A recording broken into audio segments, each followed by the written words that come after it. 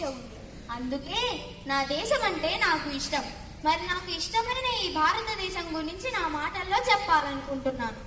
12,69,346 చదరపు మైళ్ళు నా దేశం.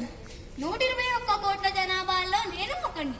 మాకు స్టైల్గా స్పూన్తో తినడం తెలుసు, కానీ కమ్మగా చేత్తో కలుపుకొని తినడమే ఇష్టపడతాం. పార్టీలంటూ పబ్బు చుట్టూ తిరుగుతాం.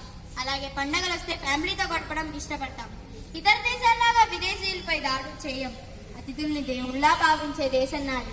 పెద్దలంటే గౌరవం, సంఘం పట్ల సంస్కారం, స్త్రీలంటే మర్యాద. ఇది మా సంస్కృతి. నా దేశ చరిత్రను చూస్తే ఆధ్యాత్మికత నేర్పిన గౌతమ్ బుద్ధుడు, జీవని కనిపెట్టిన ఆర్యభట్ట, ప్రపంచానికే రాజకీయం నేర్పిన చాణక్యుడు, అలెగ్జాండర్ని సైతం తిప్పికొట్టిన చంద్రగుప్తుడు, అహింసావాదంతో స్వాతంత్ర్యం తీసుకొచ్చిన గాంధీ, దేశం కోసం ప్రాణాలు అర్పించిన మరి ఎందరో మహానుభావులు పుట్టిన దేశం నాది. ప్రపంచంలోనే అతిపెద్ద ప్రజాస్వామ్య దేశం నాది. అన్ని రంగాల్లో ప్రపంచమే ఆశ్చర్యపడేలా ముందుకు సాగుతుంది మన దేశం.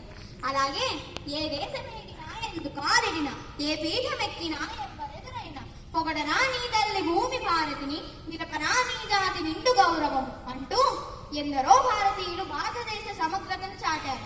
మరి ఇటువంటి భారతదేశ చరిత్రను, భారతీయతను, మహనీయులను స్మరిస్తూ ఈ సందేశాన్ని మీకు ఇవ్వాలని ఆకాంక్షిస్తున్నాను. భారతీయతను బాధ్యతగా నచ్చింది నిన్నటి తరం. ఆ భారతీయతను బలంగా మార్చుకున్నది నేటి తరం. అదే భారతీయతను సందేశంగా పంపుదాం మనం తరం. వందే మాతరం, వందే మాతరం. జై హింద్.